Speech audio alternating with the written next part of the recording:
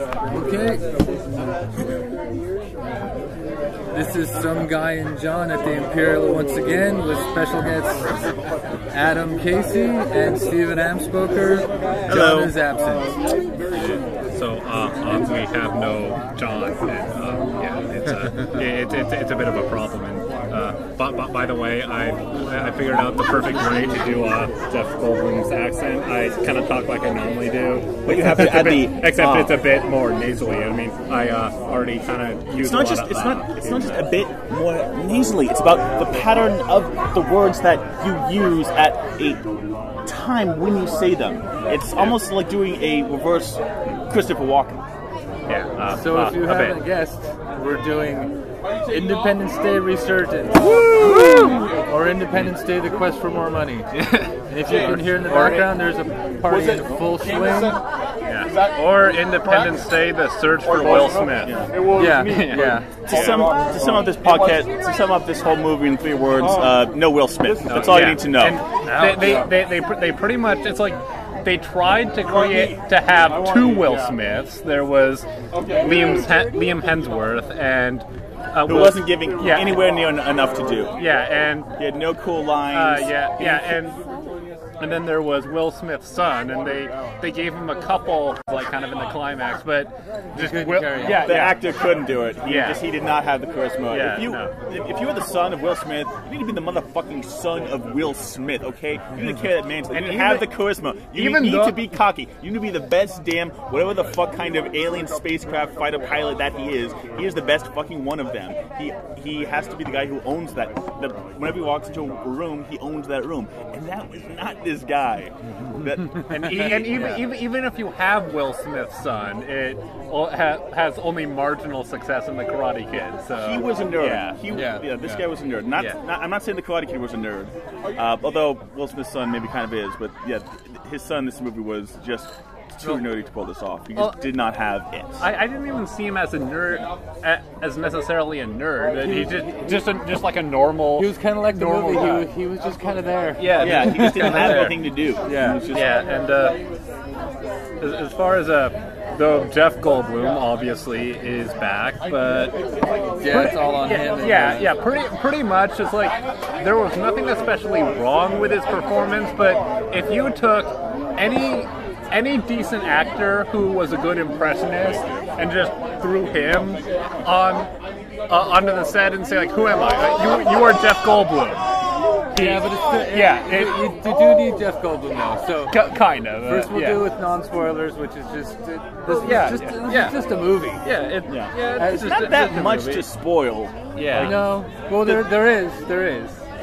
Even that isn't really like that beginning of the third act reveal. That was actually kind of cool. That was actually pretty cool. I mean, that should say it, because like if this was like a really horrible movie, it would be so much more fun to be slamming right now. But it wasn't really bad. It was just man, it was okay. And it was just it was 100% so. I'd say its biggest problem was it had 5 writers and 4 story by people. 4 story by people. So I gotta say, I sort of had high hopes for Independence Day because, just speaking on a personal note, Independence Day, I watched it when it was maybe like 9 or 10, and I so bought into it. It was just so emotional. Nationalism, patriotism, all that shit. Kind of the patriotism, but just it was the first movie that I thought, like, wow, this is genuinely apocalyptic. Like, holy shit, we are fighting these aliens that even though I knew obviously they were gonna win, it was the first time I think I watched a movie where I genuinely got caught up in the, oh my gosh, the heroes really might not win. They have no chance. Yeah. Well, and the thing is too, And being older, which makes it a lot more fun. I saw it at, like I said, I saw it at your age, so I was like, this movie's fucking cool. And then 9/11 happened, like really fucked up shit happened all over the world and has been happening since. So it's kind of like, those types of movies don't really hold up. Yeah, they don't hold up. In today, like in the '90s, we knew fucking nothing. Yeah, it was a stupid time. Yeah, and let's be honest, like we forget that some movies of the '90s were total fucking garbage. Yeah, until the early 2000s, really,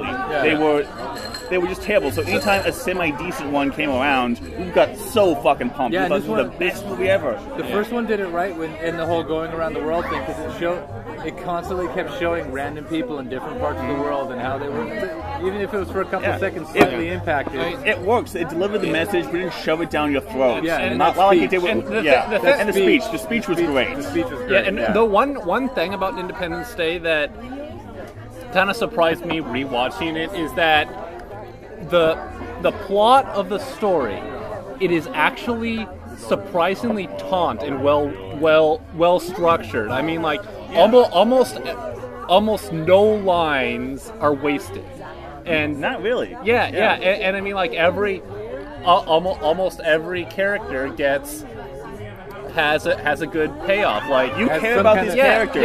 Spend some time with them. Yeah, and it's like it's like before the aliens start shooting everybody. There's like time we spend time with each of the characters. We see Will Smith with his wife, with his kids. We care about them. We see the relationship. We see we see how cool he is. How cool the whole family is. And just the stuff about how it's like Jeff Goldblum. He's like sort of an environmentalist who's kind of like existing below his skill set, and then then in the end he saves the world, becomes like a laid back enough to smoke a cigarette, a cigar, and then like Will Smith, he wants to the 90s. He wants to go to space, and he gets to go to space, Yeah. and like even like Jeff Goldblum's dad, who's like this Jewish stereotype, which totally, and I mean he totally is, but not in a bad way. But I'm about to meet the tie. I'm about to meet the president. I don't even have a tie. I look like some meal over here. But and like he gets a good payoff. Like he encourages his son and rediscovers his faith. But he works because in that movie he's bouncing off of Jeff Goldblum. Yeah, they have a direct dynamic.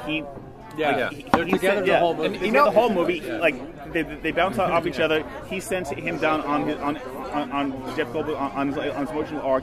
Here he's by himself, just hanging out with the girl from It Follows. Like Judd Hirsch is completely misused in this. Yeah, he's not. He's like not doing anything. Yeah. Back to the catchphrase of the podcast: "Stay on target." Yes, stay on target. We were talking about Independence Day was miles above this Independence Day Resurgence thing, because there was no. They tried to do it in the beginning a little bit with Liam Hemsworth, but they just kept talking about stuff that happened to them. Yeah. There was no like, emotional... Oh, my parents died too. Yeah. Okay, that sucks. Yeah. There was no emotional connection. It's like he's sort of like he's kind of like portrayed as sort of a loose cannon. Yeah. It's like he's like that obnoxious plot where it's like he almost fucks everything up. Yeah, and then he unfucks it. Then he unfucks it, and then it's like I mean, like it was sort of. The way like when that opening scene was shot, it's like it was a bit hard for me to tell, like was whether it was meant to be a fluke that he saved the day, or did he just intentionally screw it up? Because I think he intentionally screwed it up. It was his partner that screwed it up, and then he took the blame for it because he said the base commander hates me anyways. Yeah. They didn't explain why the base commander hated him until later, because it maybe what they like showed in the video feed, the impossible video feed, but there was no hanging out with these people. Before the shit went down. And wasn't it like a bit 10 minutes? bit too many.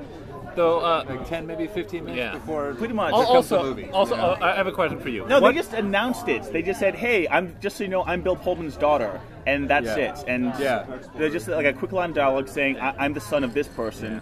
And then, and that's it. Also, you're supposed to have a connection to them. It is worth noting that the little girl who played the president's daughter actually is an established actress who working today. Working today. She's held she's held a leading part in an independent movie that got pretty decent reviews. Yes, but no, see, but the problem is, she's not hot enough. No, she's independent movie hot enough. She's not some blockbuster Roland Emmerich movie hot enough. Yeah, that is also true. Big problem. Yeah.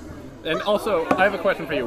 Honestly, it's probably better for her, because did she really want this movie on her resume? I asked her that. She want the paycheck. Oh yeah, she want the paycheck. She could use the paycheck. Yeah. Because so the female president of the United States. Did you refer to her as brunette Hillary Clinton or just not Hillary Clinton? I referred to her as that chick from Battlestar Galactica, because that's who she was to me.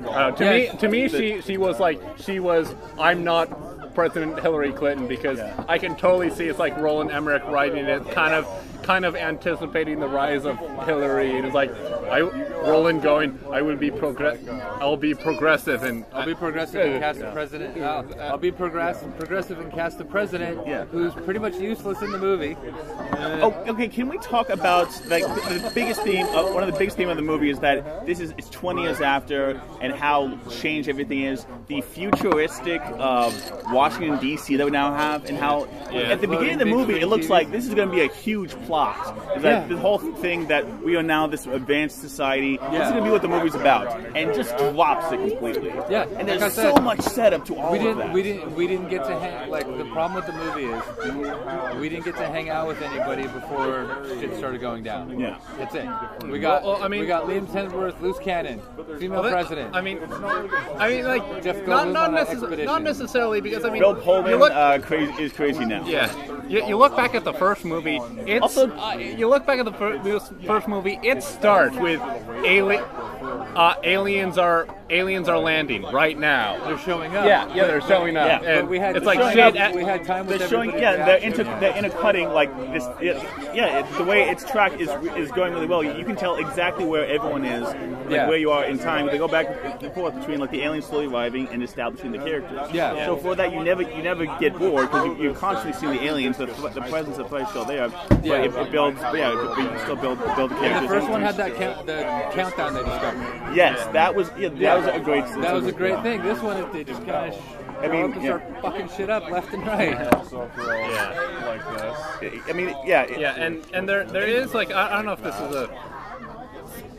is a spoiler, but it's like the only like real time that kind of like there was sort of a twist was pretty much at the beginning, and just like it's one of those things where it's like you're offered they're set up with this dilemma. And are you talking about when Jeff Goldblum said no, but everybody else said yes? Best way to say it. Yeah. When Jeff, we wait till the spoiler section for that. I got a lot to say about that too. That was bullshit. Yeah, that moment where every.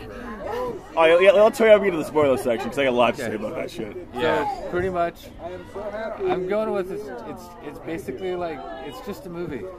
Yeah, we didn't spend enough time with the characters to care about them. Mm-hmm. It was cool seeing all the old people back, and there was more people than I thought would come back. But that was cool. But beyond that, it was just kind of like it's kind of a movie. It's just like a generic disaster movie. I mean, there are all these like insane visuals. It was almost kind of like nonchalant in the way it destroyed the landmarks. Yeah, and I mean, like it's like I mean. Yeah, I mean, I don't want to get like too. I don't know how much spoiled this is, but the way they destroy things is insane. It's kind of cool though. Yeah, I did like it. It is but good, it was kind of like, wasted too. Yeah. Eventually, it's like, okay, what am I supposed to be looking at right now? Yeah, it's just so much. The entire sky is on fire. What is going on? The sky's on fire. And I mean, like sometimes. I mean, like sometimes I think the busy screen works. Like scenes where there's like all these hundreds and hundreds of fighters on screen. That was cool. And it was done in like an establishing shot to show the scale. Can we talk about the best line of the movie? And it's such a great line that I can't really remember. Well, I'll give you a hint. It's the only funny line. It's the only memorable line, and I don't remember. And the director knew it because it's the line it's the only great line from the trailer too. No problem. It's when they're flying around. When Jeff Goldblum is flying around, the aliens are destroying everything. London Bridge is literally falling down. Oh, and he says they have to get a landmark. Hold on. They like to get the landmarks, don't they? I think it's just they like to get the landmarks. They like to get the landmarks. That was a good line. It showed it was like Roland Emmerich's winking, said I know it, I did it, I started this whole kind of silly disaster thing, I own it. It was a funny line. Yeah, and going back to, but there should have been more of that in the movie. Yeah, I did kind of have, as I was saying, I had high hopes that Roland Emmerich, he's kind of gotten a lot of shit for some of his past movies, and I was sort of hoping that he's like, all right, I'm going to go back to my roots. Yeah. That in Independence Day, that was big, and all his movies were big. It was like Godzilla, where it started to fall down because he had Stargate, Day After Tomorrow, Independence Day was a big, huge one everybody remembers. Yeah. Then, but a lot of them were Godzilla was the one where everybody was like, we're kind of done with you. Honestly, is it bad to say I had more enjoyment watching the Roland Emmerich Godzilla than that recent Bryan Cranston Godzilla? I totally understand where you're coming from. Yeah. Because that was fun. Because we keep showing Roland Emmerich, but his movies are fun. Yeah. And especially his ones, it lost his it. Movies were the fun. later, that's what I'm saying. The ones, the later 2000s, it lost it. But the ones in the 90s, it is a sense of, it's like, we know this is kind of stupid, but you know what? It's funny. Godzilla went too far. Obviously, when the mini raptors started slipping on the banana peels, that went too far. But a lot of that was funny. It was a funny movie. The studio disowned that version of Godzilla. That owns Godzilla and let him use it. They're like, no, it's Zilla. It's not the actual Godzilla. They're in a Godzilla Final Wars. He comes back. He's fucking he gets destroyed in like a split second. And then I think the guy's like, well, I didn't expect much from it. Or some line like that. But I think I was like, Roland Emmerich, he at his best, Roland Emmerich, watching a good Roland Emmerich movie, it's like watching like a child or preteen do this performance or writing this story or something, and just like, you tried so hard, and like you made so much. It's like in Independence Day. You made so much effort to make every line. It's like count. He's putting on like a play for you. He's got all his action figures. He's doing like little voices with all the characters of the good guys and the bad guys. There's a damsel in distress. He has a 3-act structure. You're just, it's like, this is so cute and this is so awesome. And he sells the fucking performance. And he's like, actually does it. This guy does this thing right now. That'll come back later. And then the alien goes boom, boom, boom, boom, boom. But then the hero just says, "Welcome to Earth," and he punches the alien in the face, and the alien falls down and goes. It's like. And that's what I call a close encounter. And that's what I call a close encounter. He's got the cigar in his mouth. So and the cigar, he's got the cigar in his mouth, which his friend gives him. And the cigar comes back at the end. That just it makes that thing. There wasn't any of that in this movie. There was no setup in the beginning to come back at the end at all. No. So he's spoiled with CGI. Do you want to end the non-spoiler section? I think I want to get into spoilers. All right. Let's see.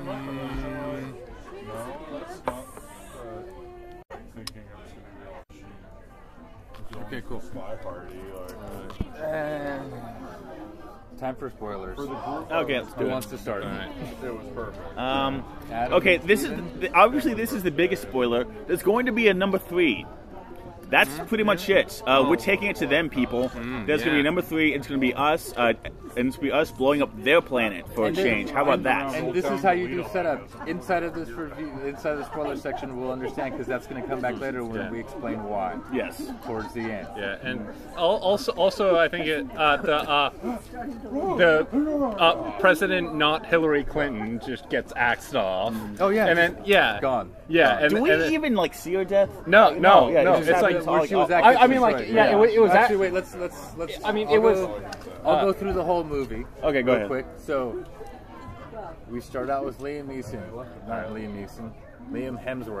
All right, while you go over the movie, I'm gonna get a drink. All right. He's a recluse pilot that was up to lead an international squadron, but he's working as a tugboat miner on the moon, basically a tugboat guy on the moon, setting up one of our new alien high-tech big guns. Something goes wrong and he saves it, and the base commander hates him. Okay, establish that. Then we notice that out by Saturn there's a wormhole forming, and it's taken out our Saturn outpost. Then the same thing happens on the moon, and this huge sphere comes through, and we have to decide, do we shoot it down or not? Because if we don't, we could be in trouble, and if we do, we could be shooting down friendly forces. And all the presidents and all the generals say shoot it down. Everybody says shoot it down. But one lone voice stands up and says no. And who is that voice guy? Yeah, Jeff Goldblum. Jeff motherfucking Goldblum. We don't know what we're dealing with. We need to see what's going on. They shoot it down anyways. Always the voice of reason. Shoot it down anyways. Cut to Jeff Goldblum going on an expedition into, I believe, Africa to deal with the warlord who had a ship, the only ship that landed in the first invasion, backtrack, and they were fighting them for 10 years because that ship didn't leave and wasn't destroyed. Yeah, how did that seem like a big part that just we kind of glossed over? The fact that the aliens were still there after the first one ended. They were just still there. Their ship landed and they lost all power and will or whatever when their queen got destroyed. So we got to recap the movie real quick. Okay, yeah, there's a lot to So we discover that. Let's see. Hang on, it's coming back to me. My drinks are kicking in. So after that, we go to the moon to retrieve what's left of the wreckage of the ship that we just destroyed, because we think there might be something there. From Jeff Goldblum's dealings with the people who were fighting the aliens, who now get psychic visions and shit. And then the big-ass, huge mothership shows up. It takes out our moon gun before it can charge. In a really beautiful, great scene, we're charging up the planetary defense system. That's a system of satellites that encircles the Earth. We're charging it up to shoot at them. They take it out before we can charge. And they just land and wreak havoc. And their ship is basically the size of the Atlantic Ocean. 1 foot of it is in the United States. The other feet land in the whole in Europe. Thing lands right on the planet. Yeah, lands on the planet, starts drilling into the core because apparently they tap the magma of planets, which they set up a little bit in the opening credits because you saw that planet that was cracked open. Yeah. So and that is apparently is the reason that they came here, was to mine our magnetic core. Yeah, to power their ships. So we send out our fighters, because we wind up learning from what we destroyed on the thing, that there's a whole coalition of other planets out there led by artificial intelligence, because they chose electronics over organics, and they train people to fight against them, but they're refugees basically, and that's the ship that came in that we destroyed. So we learn from them that they operate on the Queen mine, so it's kind of the same thing as the Avengers. You kill the Queen, everybody else will just leave and leave you alone. That's fine, that's what we got to do. So we set out to destroy the Queen, but she tricks us and traps us and kills all our fighters, strands our heroes inside of their ship. Tricky lass. Yeah. She's a Trixie. Strands all of our heroes. We're talking about that tricky queen and what she does. We're doing the recap, and it's not exactly quick, but we gotta get through it real quick. Zap through it. You guys want anything else? Sure. What do you want? You can get me back at the end. The guy also needs a tab. Huh? Let's put it on a tab. You just close up when you're done. Okay, cool. Now we have to deal with the wall. Okay, cool. All right. Hey, have you seen Independence Day Resurgence? No. No. We were hoping you could add some commentary, but it was worth a try. Yeah. Was it lame? What? Was it lame? It was just a movie. Yeah, just a movie. Yeah, just a movie. Yeah, Okay, yeah. so what do you guys want to drink real quick, because we're recording all this? Oh, no, it's perfect. It's part of it. It's part of it. Don't even worry about it. Just keep doing it. Okay. Yeah. what do you have there? So I don't know. destroying the Queen fails. She realizes that we're getting help from these other aliens. She sets out to destroy them. In the meantime, she wipes out all electronics across the planet. We come up with a plan to bait her with the signal from the aliens that are helping us. Trap her inside of a shield to blow her up with the cobalt mines that didn't work before. And her trap on us is actually really good. That doesn't work. She has this armor that can survive point blank antimatter bombs. It's like a double shield. Yeah, they got in the first level of the shield, but not the second level of the shield. Yeah, so we blow up her mothership. We think she's dead. She's not. She charges out. The pilots inside her mothership, meantime, commandeer some planes, destroy her shield, and they wind up killing her. The end. It's all very simply put together. Very simply put together. There's no complications or anything like that. And and the setup for the third one is, now the sphere sees how well we fight, and we're the only, like, what they get told is, what happens if we destroy the queen? Will they leave? And the aliens that are helping us say, no, nobody's ever destroyed the queen. And us humans, being the center of the universe, we're like, we'll destroy the queen. And after that, we destroy the queen, and they're like, we want you to lead our space coalition to fight back against the mountains of space, and we can do interstellar travel. And I kind of want to see that movie. I hope they don't fuck it up. That's the real basic recap of the movie, and now we can dive into the nerd in me when I hear interstellar travel. Yeah, even if it's a Roland Emmerich movie, that actually does sound good. But what I was about to say before I have to get the drink so President not Hillary Clinton just gets axed off, and it kind of plays like one of those fake deaths. Like, it's like, you didn't see her die. Yeah, she might have survived. Yeah. It's like I thought the same thing. Yeah, it's like you couldn't. And then it's coming. It's coming. And what's his name? Not Shredder from Teenage Mutant. For me, he's Mayhem. Mayhem. Yeah. He comes. Yeah. Mayhem becomes the president. Yeah, and that's right. I cannot see. It's like he's playing it like he's like a general or something. Yeah, he's a general. It's a line of succession. Line of succession. Everybody else that would have taken over said, "You're the president." And I mean, that is like kind of like a potentially powerful scene. And that's like, I do like those scenes. And that's the problem. I like scenes where it's like all these people died, and like this, and like this number 12 in command is like, it's like that moment where like, it's like kind of shit. It's like shit. I'm the president, but like, that's all right, I will take it. Yeah, well, they were all together, which is something they didn't learn from the first time. But I'll say the president is dead because the doors were opening to where she was at before they started blasting. And why didn't they have the? Why wasn't she surrounded by people with laser guns? Yeah, that would have been a good idea, wouldn't it? Yeah.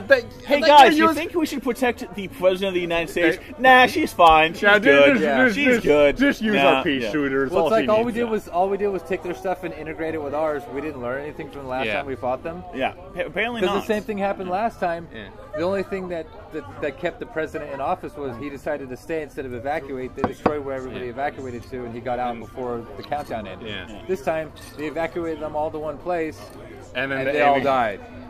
Yeah.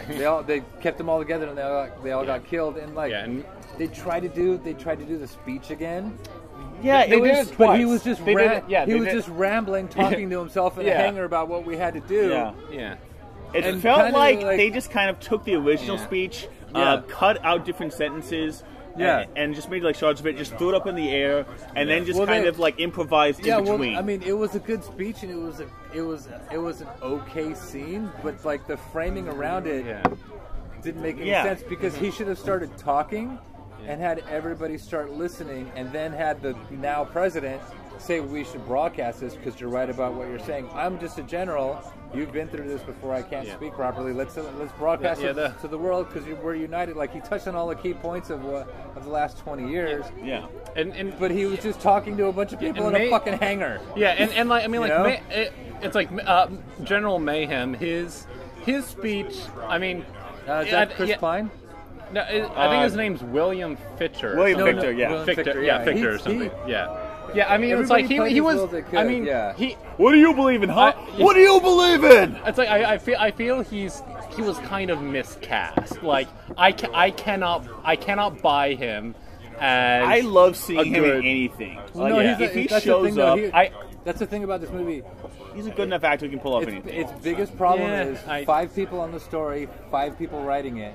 The first Independence Day had Roland Emmerich and Dean Devlin writing it. And that was it. Producing it. And now it's them and plus 3 other writers. 3 other people. Everybody going, we should do this, we should do that. And it just gets like the whole the whole movie gets lost because nothing gets set up. That's like you don't feel anything for anybody. Like I said, like in the movie theater, we're watching the subplot with Jeff Goldblum's dad, and I'm like, I even sound like, fuck this dad subplot. Seriously, and they made it a point to kill off everybody's parents. Yeah. And they should have killed off him too. And there's no way that he survived what happened. Yeah, and I mean, like it would have been. And they did have this thing where with a cell phone, like yeah, and it, well, I'm getting into rewrite territory. No, it's fine. It's but I think touch on it. But yeah, there was so much that was wasted. And also just the fact that just the fact that I mean, okay. A lot of movies sometimes have like a bunch have up to like 4 or 5 different writers, and they can still turn out okay. But like you can't. Pixar. But when you have 4 people doing the story is just the story is just the outline. It's the idea. It's just the bare bones. The idea. It's the beginning, middle, end. Yeah. When you have 5 people on that, that's a fucking mess. Yeah. It needs to be a simple fucking story. Like boom, 1, 2 people to do it. You can 5 people, 5 completely different visions, 5 different movies, all just edited into this one thing. And that's writers. I'll go on a ledge. Writers, you can have as many as you want. Story needs to be 1 or 2 people. Yeah, because the writers can like all work together to twist and turn that into a really good script. Yeah, but I mean, we're just like story. 4 or 5 people. How do you even make that pitch? Yeah, if you don't. I don't know, it's like a bunch of people getting to this. Oh, and then we should do this too. Yeah. They're all like checklisting. You know, we gotta have this. We gotta have that. We gotta have a strong female character that never gets help from anybody because she didn't. Yeah. You know, we gotta have a funny scene where he tries to punch an alien and it doesn't work. Yeah. That's like it's like. Get it? Because he's not Will Smith. Yeah. Remember in the first movie when his dad did that and that was really cool? Well, he's not Will Smith, so this isn't as cool. Yeah. Isn't that funny, kids? Yeah, it's like when he kids, isn't it funny? Yeah, when he punched the guy, I almost wanted to hear the wah wah wah. Yeah. It was, and it kind of wasted. Like the most interesting part of the story was the element of the African warlord where that was great. Yeah, I want to see that movie. Really cool. I want to see that movie. I want to see the midquill. Yeah, the midquill. The movie that happened after Independence Day and before this movie, where they fought the aliens on Earth for 10 years. That sounds just fucking with awesome. Machetes, these like most bare bones weapons. Yeah, just these trophies of alien heads they all have on sticks. Yeah. That is such badass cool shit. Yeah. But nothing in this movie is as cool as that. Yeah. And they don't expand on it at all. I want to see that fucking movie. And they don't properly utilize. It's like you have the son of a African warlord who is good at killing aliens hand to hand, and you don't utilize him in your climax. He's just a guy for Jeff Goldblum to react to. He killed one alien, he had a pretty badass scene, but then it was just that was it. Yeah, that was cool. Yeah, that was cool. And then he was shooting up aliens with the other guys. That was all fine. It was good action. And they literally had a scene where you're trying to kill this one alien, and you don't, and you doesn't come in and say anything. Yeah, it's like I was sitting next to a guy, and just like me trying to be a show-off, I just whispered to him, okay, calling it now, the African warlord is the one who figures out how to kill the alien. Yeah, I remember you said that, and I was thinking, no, this movie's not smart enough. Well, you're a smarter man than I am. They did kill her that way, but not for any reason. Yeah. Oh yeah, they shot her in the back, but not for any reason. Yeah, it's like one line. The warlord calls on the radio, just like shoot her in the back, shoot her in the back. That's her weak spot in the back. But can we jump back to Independence Day to the original for just 1 second? Because as cliche as we're going to give it a computer virus to defeat it, as cliche as that is now, that was fucking revolutionary at the time. It's War of the Worlds. It's the War of the Worlds. It's War of the Worlds, but it's War of the Worlds, but it's a modern day War of the Worlds. It worked then. But it worked then. It was original then. And like the big one for this one is wait a second. How about instead of shooting the front, shoot them in the back? Yeah. Like that. Really, that's what's going to carry your third act. Yeah. Like it just did not compare at all. And also, I think that there was, like as I say, with the taunt way that the original one was written, it was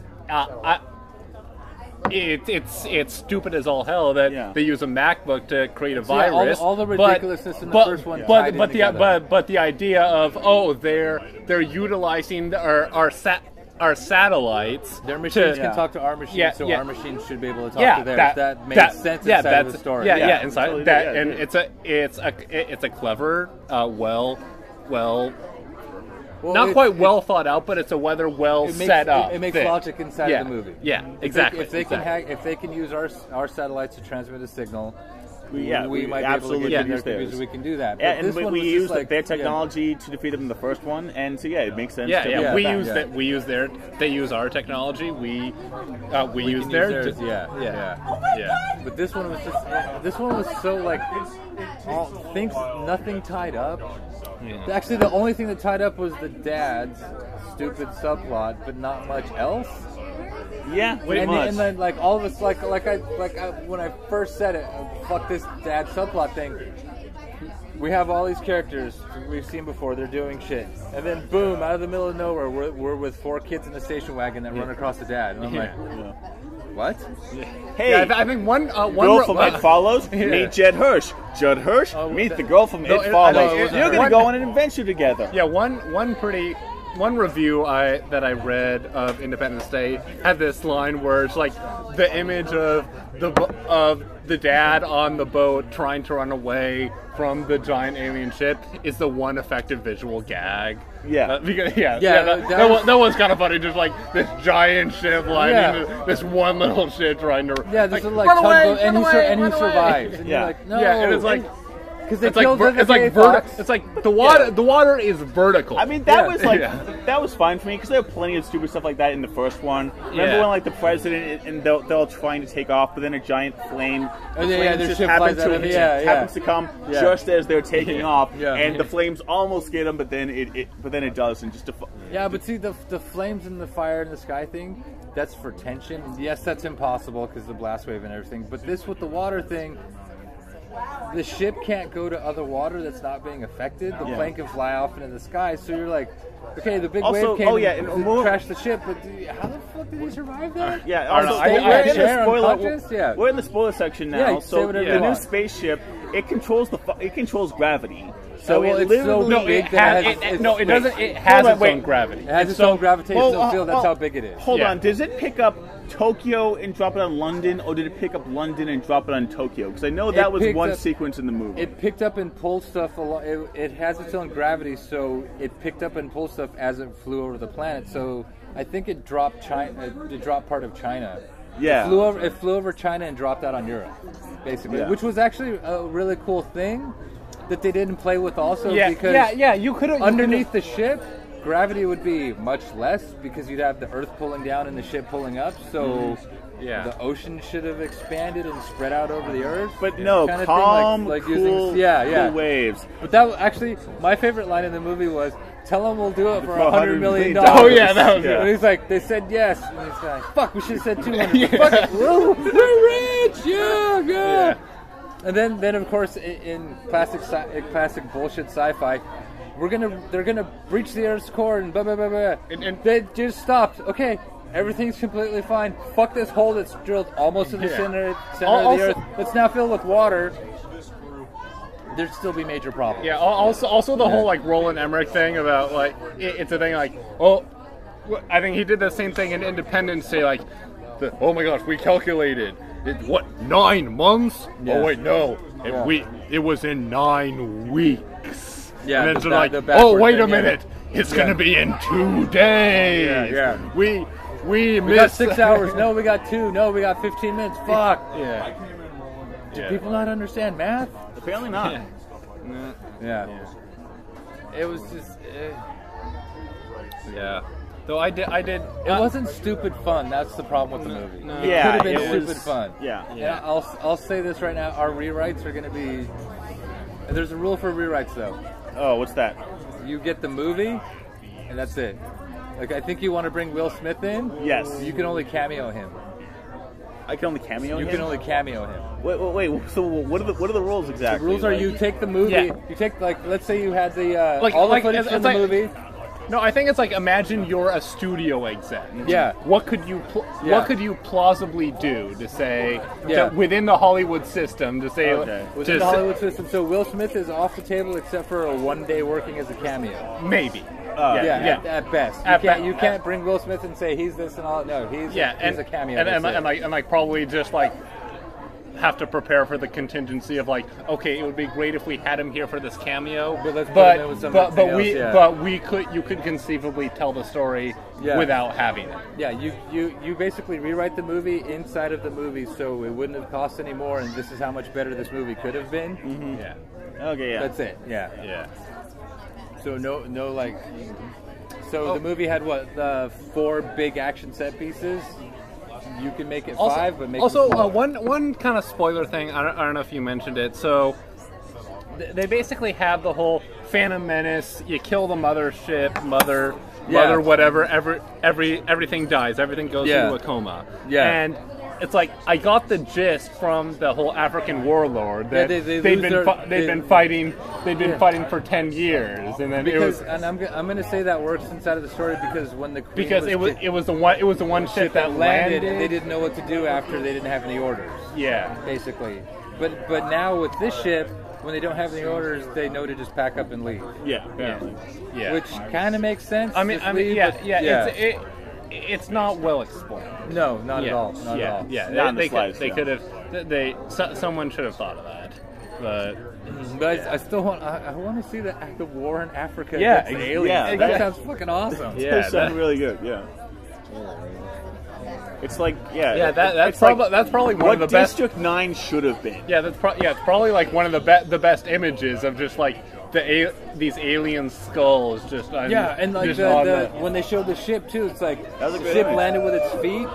Yeah. And cities were built up around the feet after they defeated them, I guess in the 10 years after the war ended.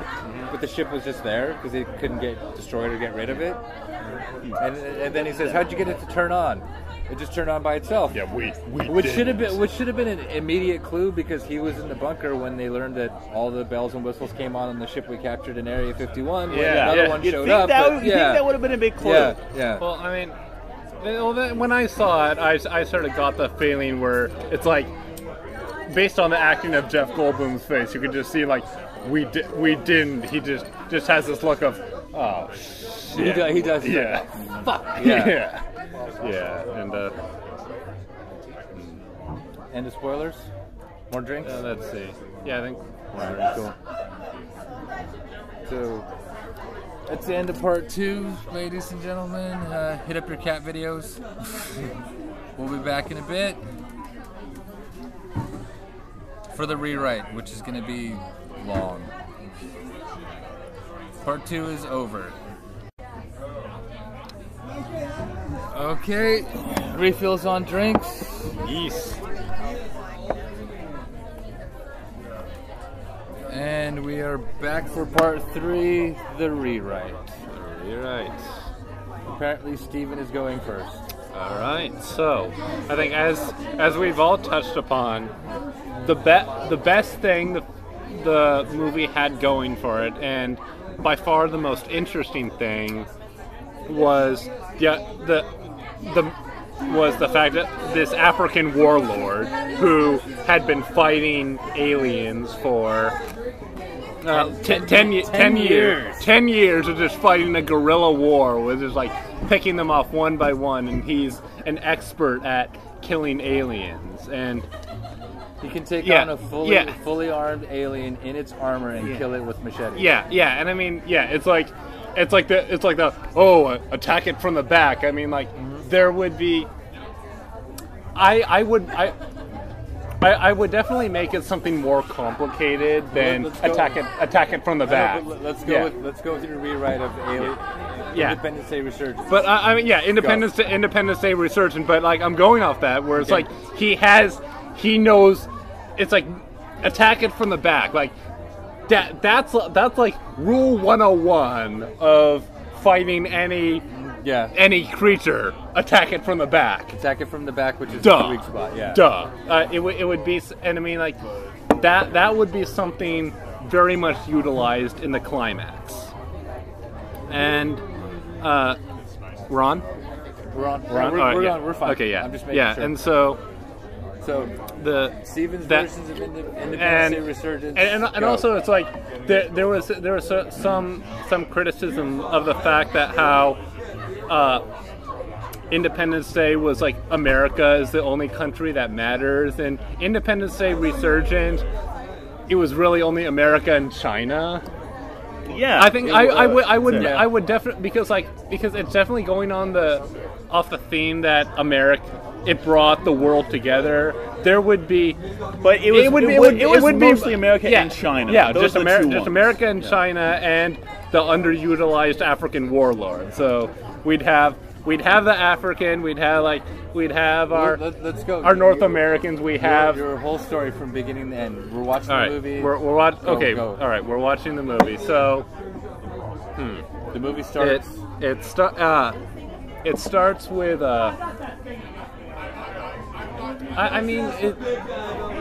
Would you have it start with the African warlord and brief recap of his fight, like celebrating him for his people? I think I'd probably start it with just the African, like in like a guerrilla strike against an alien, and then it's kind of the like Jeff Goldblum arrives and the African warlord kind of is like, hey, look, while you've been rebuilding the world and just talking about how hunky-dory everything is, we've been fighting this entire time. We've no help from anybody else. No help, and then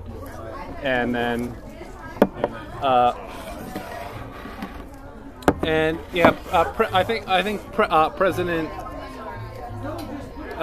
Madam President. Madam President, not Hillary Clinton. And she would be she would be more important and just kind of like I probably wouldn't do the whole bullshit about how it's like, oh, this mysterious thing has appeared and doesn't immediately start to communicate with us, and we shoot it down, and Jeff Goldblum is the one guy who knows not to shoot it. And I wouldn't bother with that. I think I'd have the alien probably maybe play out the same beats of just like about how we throw everything we have at the aliens. All the stuff that we prepare, that we prepared, so just does nothing. Instead of our defenses getting wiped out before we can use them, we get to use them and they're ineffective. Yeah, they don't matter. Yeah, like they didn't matter when we fired the moon cannon. And then I think probably Jeff Goldblum's dad. He would have called. Would you kill him? Yes, and I would have called the parents like they did. And I mean, like I would have I think there would only be one ace pilot. And, just one. Yeah, just one, and Will Smith's son. Smith would be the ace. And okay. I would not try to play him as he's as a fake Will Smith. He's like. He'd be completely different. Yeah, he'd be like, okay, yeah, you're. This whole time I'm like, okay, yeah, look, kid, you're a decent pilot, but you're not. You don't live up to your father's legacy, and that's what drives his character to be. And it's like, and then have some scenes to set up with his mom about how his relationship with his mom. No Liam Hemsworth. No Liam Hemsworth at all. Yeah. Okay. And then maybe I guess just I guess I would have just for the love interest story, I would have him Yeah, they didn't have a love interest story too. Well, I mean, it was Liam Hemsworth and the president's daughter. That was kind of a thing, but not really. Yeah, not really a big deal. But I mean, yeah, I'd have them in a relationship, and then the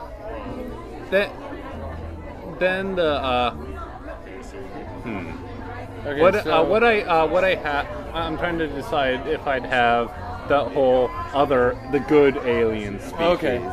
And would you even have them or no? Would you keep Earth as the center of the universe? Probably not. And well, how about this? Would you keep them, or would you get rid of them, or would you just change them? Yeah. Would you make them different, better aliens? I'd probably. Well, I mean, we're watching Steven's movie, and Yeah. Steven's movie is kind of falling flat right now. And I know you're a good writer, and I know you can talk about what you want to hear people talk to you about. So we're starting out the movie with the aliens show up. We fight back. It doesn't work. And then. Yeah, I mean, I kind of so do your pitch, your recap of the rewrite of this movie, like the basic plot points. There's maybe a little specifics here and there, a couple lines if you want, but and then that's what the rewrite's for. And then mine's big. I'm sure it is. Take like an hour for it. Yeah, but we'll see how it goes. I didn't really think this through, especially. Maybe you should go next. It's not that good. You can go again after we pitch ours. Not all. I know Adam has notes.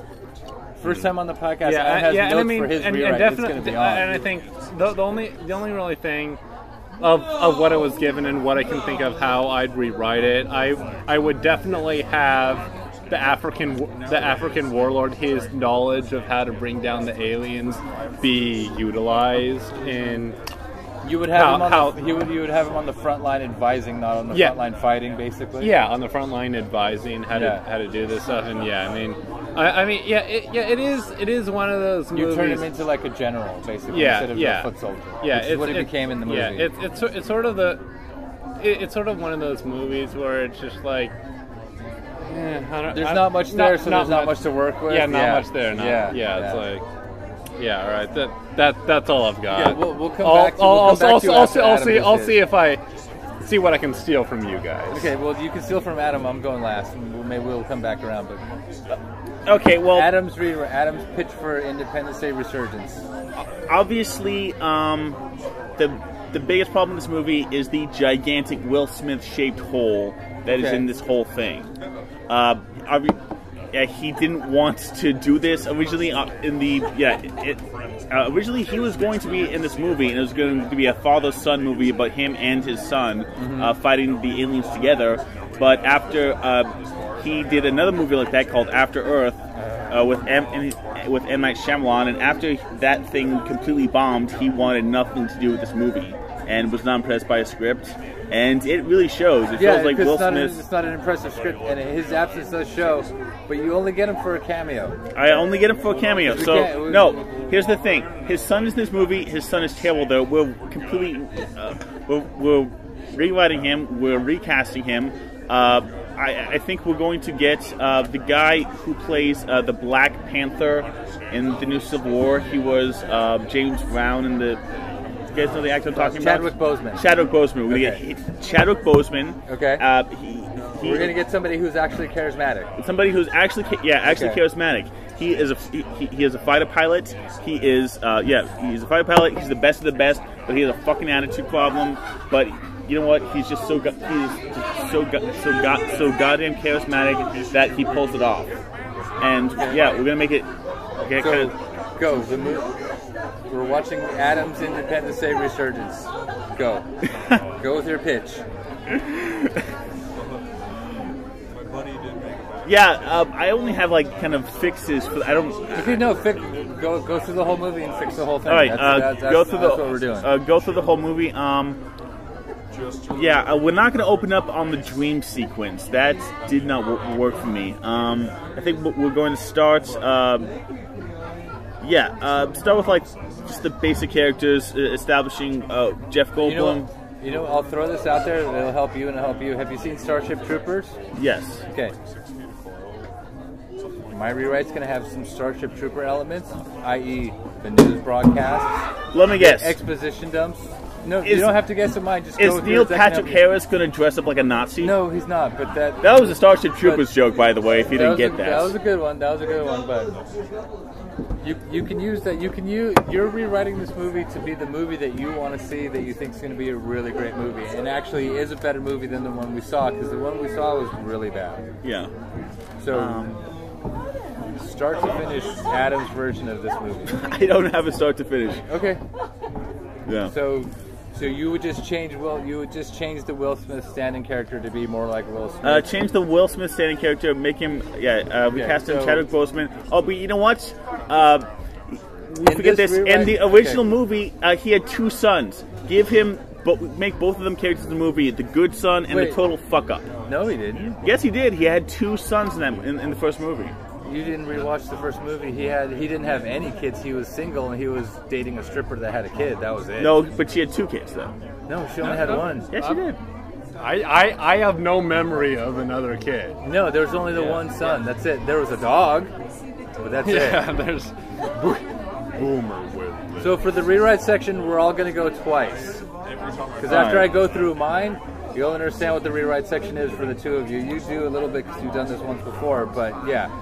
I mean, last time, as far as I'm aware, with like the Huntsman, we just kind of talked in broad strokes. So. Yeah, broad strokes, which is the emphasis of a pitch, but I really like Independence Day, so I really want this to be a good movie. So my rewrite's going to be long. Okay, yeah, fair enough. Do you want to go up to mine? Yeah, and then come back to your 2? Yeah, I mean, like, yeah, I'll know for next time to like actually prepare. Well, prepare just in the back of your head. It always works better right after the movie because we've just seen it. We're 2 days out. But so, here's Guy's pitch for Independence Day Resurgence. Okay, taking everything that we have in the movie, mixing it up, making it better. We pull on Starship Troopers a little bit better. And we start out with kind of a news feed, a celebration. It's been 20 years since we've been attacked by these aliens. This is how Earth has changed. We're now one race. We're now united under one banner of humanity and everything, because we don't fight each other anymore, and we don't have anybody to fight. But if the fight comes, we're always going to be ready. Our keeping elements of the movie, our mysterious globe shows up in the orbit of the moon, same way as before. We shoot it down, but we don't care because we thought that was them coming back. It turns out it wasn't. They come back, we start to fight back, but we're proven not completely, but uselessly ineffectual. Like the little victories that we score as their huge mothership approaches our planet aren't enough to stop it. We noticed that the wreckage, that they ignore the wreckage of the first ship that we shot down. We go and investigate that and the movie plays out now. The movie plays out the same way it did. They land, they start drilling, they start doing their thing. They're completely ignoring us because we can't do anything about them. We were exposed to the sphere the same way as before. The sphere talks to us and says, you're one of the few people that have repelled the initial invasion. You survived it. That's fantastic. But there's nothing we can do now because once this ship comes, you're fucked. We ask them why, because they've been gathering information. They tell us. Being humans in the center of the universe, in the universe they've created, we decide we're going to try to do something about it. We launch kind of the same attack on the mothership that completely fails. We get our pilots inside the same way as before, only this time our pilots, let's just say our pilots discover the ship is so big inside, our pilots discover an unused portion of it and they just sit in there, but they're trapped. Okay, this is what I mean about you have to go through the whole movie for your rewrite, okay? Meanwhile, we're getting information from the good aliens that have formed a coalition of survivors from other planets. The story plays out basically the same way it did before. We can go through, and my movie, we're killing off all the parents. Okay.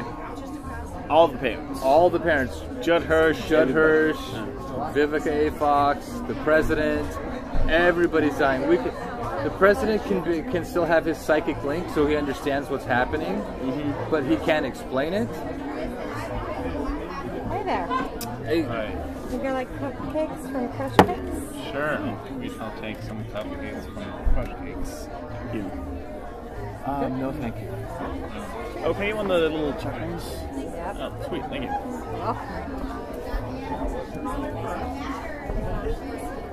Okay. And I'm going to bring in the alien warlord, the African warlord. And then what we're going to do is he's going to call out because he's still fighting the aliens from the first invasion. But because they've lost their queen, there's only, let's just say there's one queen per set and another one can't take over. So they're still lost and confused, but they're still fighting them. And he's winning his war against them. And he's left out of the everything we've done in the meantime thing. You know? Yeah, that's a little slightly racist, but that's just the fucking way the world is, you know? And he's winning the war against them. All of a sudden, their ship comes back on, and we detect that because we've been using their tech. We contact him, and he's like, "I'm winning the war. I need some help." We go to him. How are you winning this war? He talks to them, and then it's revealed that he's known slightly about the information we get from the sphere after we've investigated that. So we kind of have a way to fight back. And in the meantime, somebody actually asks the sphere, "You have this huge coalition out there. Can you send some help?" And the sphere goes, "Any help we send would take too long to get here because they're going to destroy your planet in the next 5 days." So we get our countdown. So they're doing their thing. They're stripping their thing. We're trying to fight them. We bring the alien. We bring the African warlord on because even though they're different factions of the same alien species, they're still the same alien species. He starts helping us, and we start winning. Meanwhile, in the meantime, we spent those moments we had from Independence Day, the world isn't going to end, but we're dealing with how the world ends in our family with all of our characters that have come back, and they're dealing with the deaths of their parents. Like, everybody from the first movie is kind of exalted because they survived. Even the stripper, she's become a doctor, she's in the hospital. Part of where the ship lands, she can even actually die the same way, but without her son there. And I'll add in a Will Smith cameo, and he dies in the opening battle against the aliens. So we got him for a day. Cheap as possible, we got him for a day. And that spurs on people. His son has followed in his footsteps, but he wasn't in the squadron. He was on the other side of the world and he couldn't get there in time. He's passed away, you know. What winds up happening, and this is like the loose thing, what winds up happening is we're fighting them as much as we can, and they're repelling us, but we've got the help from the alien warlord, and we've got their technology the same way we did. We're calling in all of our forces from the rest of the solar system because we spread out to the entire solar system with their tech, and we're fighting a loosely uphill battle where we're kind of winning, but we're not because they're just overwhelming us because we've mixed their technology with ours for 20 years. They've just advanced their own technology for 20 years, so they're ahead of us. And they're the clear winners, but we're making ground. Okay. We do the same thing. We have like I said, we have our pilots trapped inside their ship. They start doing guerrilla stuff like minor things, sabotaging their ship, trying to fight from the inside. All our pilots inside can get wiped out, but they blow off, let's say, one of the legs of the ship. So their ship's kind of crippled. And we're making everything they're doing take longer, kind of like a guerrilla insurgency thing. We're making everything they do take longer, and we're drawing more. As our characters die, even new ones die, we're being pulled more into the story of it's almost like an insurgency, like we're going to lose this fight, but we're going to make sure they think about how they do things differently, and Earth might die, but because of the tech we have, human beings can leave, and we start evacuating. As we're evacuating, And as we're almost about to give up the fight, we're going to let them have Earth and save what we can of it on another planet. The reinforcements come from that alien thing. I'll have to rewrite this after I hear your guys again, too. The reinforcements arrive, and instead of helping us, they decide that they're going to save us to help them fight other battles. Does that make sense? Yeah. Like we're gonna save the population of this planet because you have a lot of fight in you. And Jeff Goldblum is like, no, we can use what you've learned and what you know to make a stand here and repel them and save our planet. Because for your coalition and the entire rest of the universe, that will send the message and inspire them enough to bring us around. And that's where the president, who's completely batshit crazy at this point, Bill Pullman, is like, yeah, that's what we need to do.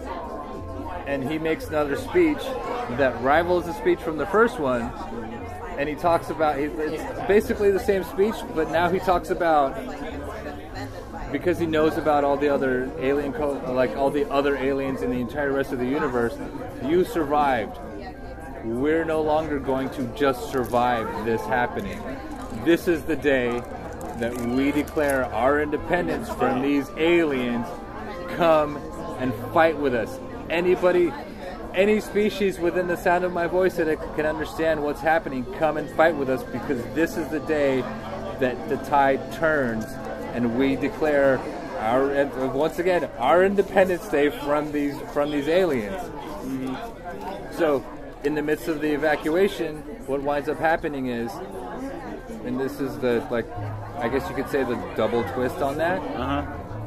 Alien species that barely survived the invasion, that our benefactor that's trying to save us, that they didn't know about, show up to help us fight the aliens. Oh, okay. And what we get on top of that is, because the aliens can understand us, we start winning this war, but another ship shows up just as big as the one that's already shown up. So basically the movie ends with a huge, gigantic climax, almost kind of like Return of the Jedi, where we're beating the shit out of the ship on the planet with all these alien races and all these different ragtag ships, kind of like Firefly. Yeah. Kind of like the end of Firefly. But another ship shows up, and this is where the African warlord comes in. Because of all the time that he spent fighting with them, he knows the way that they think, and your attack them from behind thing comes up, and we get tons of kamikaze runs on the alien ship to break down the shield. We get a lot of emotional self-sacrifice for the greater good, which was the story from the first one, the greater good. So you get alien ships just smashing into the new ship that showed up to break down the shield, and ultimately at the very end of it, we managed to defeat them. But Earth is in ruins, so much so that it's uninhabitable. So we decide with the survivors to go with them, and that's where you get your setup for the third one. You human beings, you have a lot of fight. We were just going to survive and keep fighting the good fight, but we now have a victory behind us. Let's go from there. Let's build on that, to build momentum and make this an intergalactic war to take back the entire universe from these leeches. And that is a setup to the sequel. And that's a setup for the sequel. All right, cool. Yeah. Yeah, it works. I like that.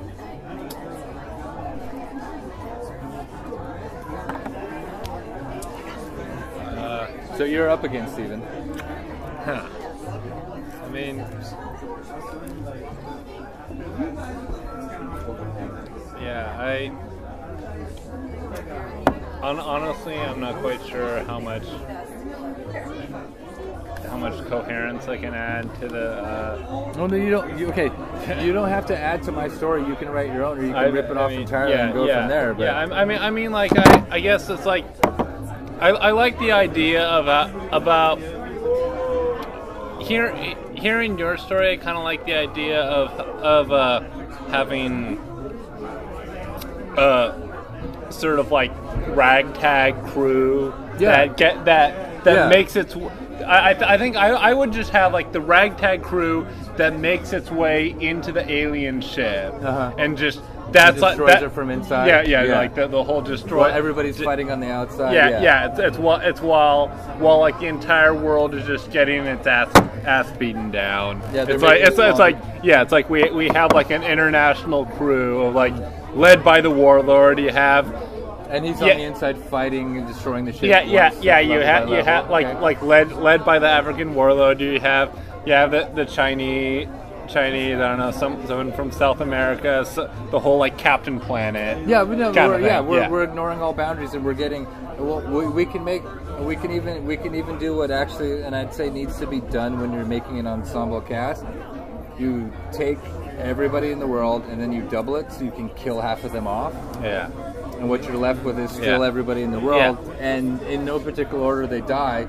So you get the sacrifice, but you also, like for me, the main thing that came away from the movie was, especially in the '90s. Yes, a lot of people say nationalism, but at the time in my age, it was. I get to watch in a movie what I've understood for most of my life. It's a rock, and we all share it. We should start acting that way. And that's a lot of where my thing comes from. I take it and twist that to say it's a universe, and as sentient beings, we all share it. So let's fight together. That's why you get the alien sacrifice. You get the sacrificing thing. Yeah, you definitely could play with that. And that is actually one of the greatest movie speeches in history from that fucking movie. It's really good. And like the best as said in the honest trailer, the best extra ever. He's like, salute! Yeah. I mean, like, I've sort of talked. The movie I really want to see is, I really want to see a movie where the aliens arrive. The aliens, maybe you could have like the colonial overtones, but it's like they technically come in peace. But and it's like aliens, sort of like kind of like a sort of a riff, like, maybe like a bit of a riff on the day the Earth stood still. So like a reverse assimilation where everything they have is so great, we just give up what we have to join them. It's like or like do the.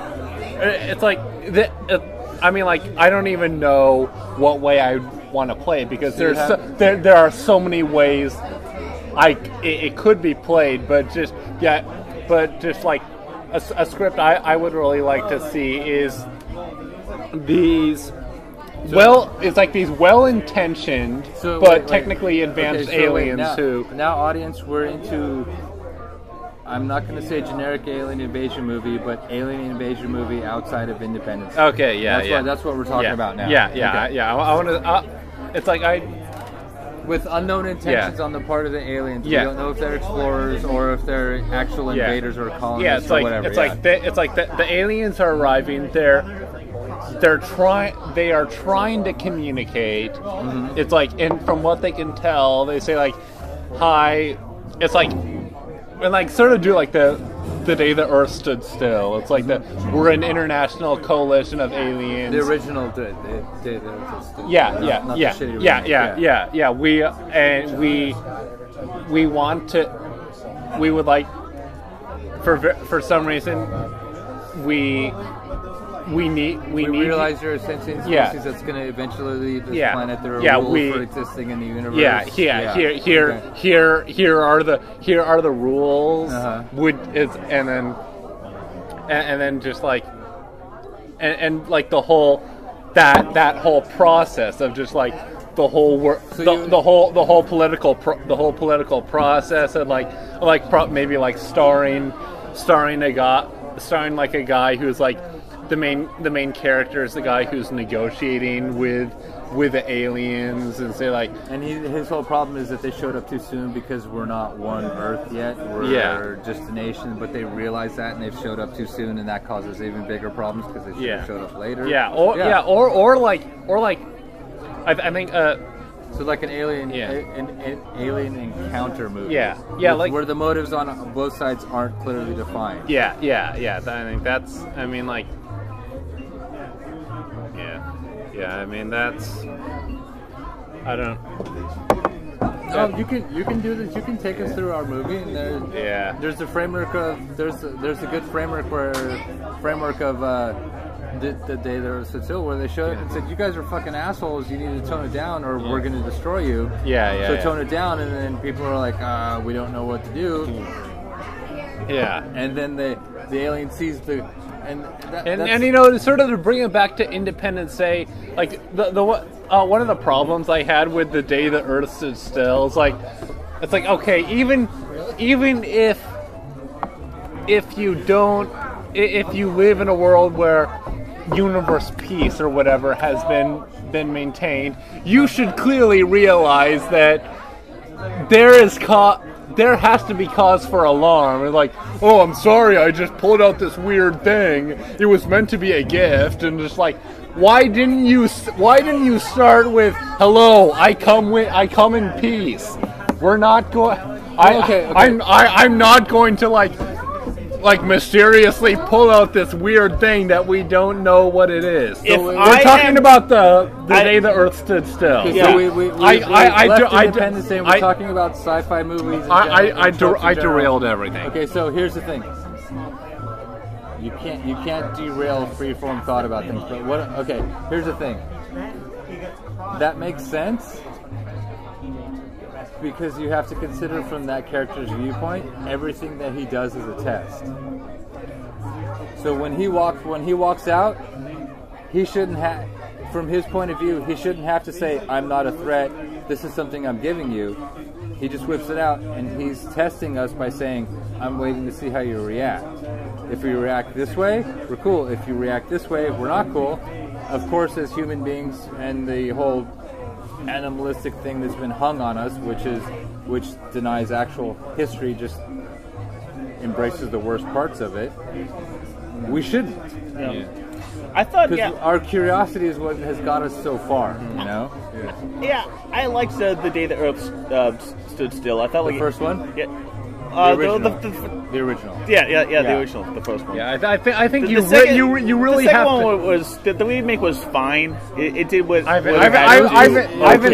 haven't seen the remake, so I have nothing to say about it. It's. Oh, all right. It's okay. Story time. Sorry. Okay. So, I had when I was at UCLA, I had this. I purposely overbooked myself, knowing I was going to drop one of two classes, and the first class was an indigenous culture class, indigenous Native American culture class, and then the second class was Dutch literature, and so the choice, and so it's like the indigenous culture class. It was like a class of like about 50 people. The professor. I'll get to the day that are still. I promise you. So just give me a minute.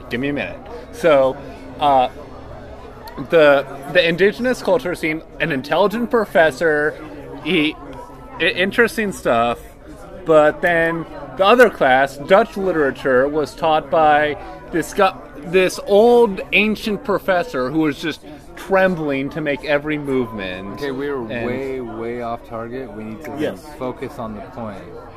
Okay, we're talking about. All right. We're on. All right. We've left Independence Day. We're talking about alien invasion movies. The best way to make one. Okay, so all right. No, we're talking about alien encounter movies. All right, fine. I'll do the long short of it. So intentions are unknown on both sides. This ancient old professor of Dutch literature I had, just like he clearly wanted to just skip a few days of actually having to teach, so he just screened The Day the Earth Stood Still, and that is how I saw The Day the Earth Stood Still. Okay. Oh, lazy teacher. Okay.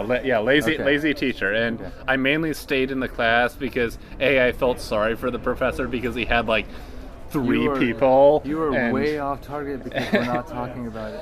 Well, we are right now. Yeah, we lost our target. I mean, like you let me.